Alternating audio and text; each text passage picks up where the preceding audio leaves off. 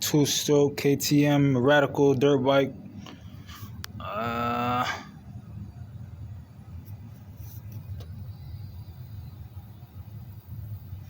Had this thing for about 6 months. Here's the choke lever, pull starter, the throttle,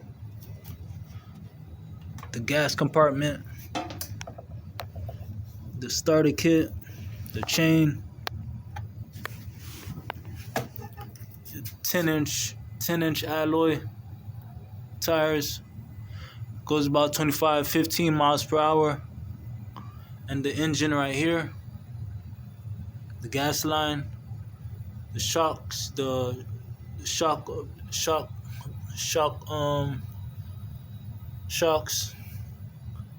the stand, the primer.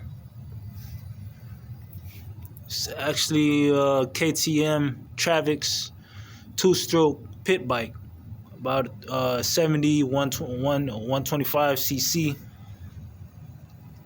and it's in green. It's in green. Had it for about 6 months. Still running. Just have to get the pull starter on there. And the brakes are good. The brakes are still good. Yeah.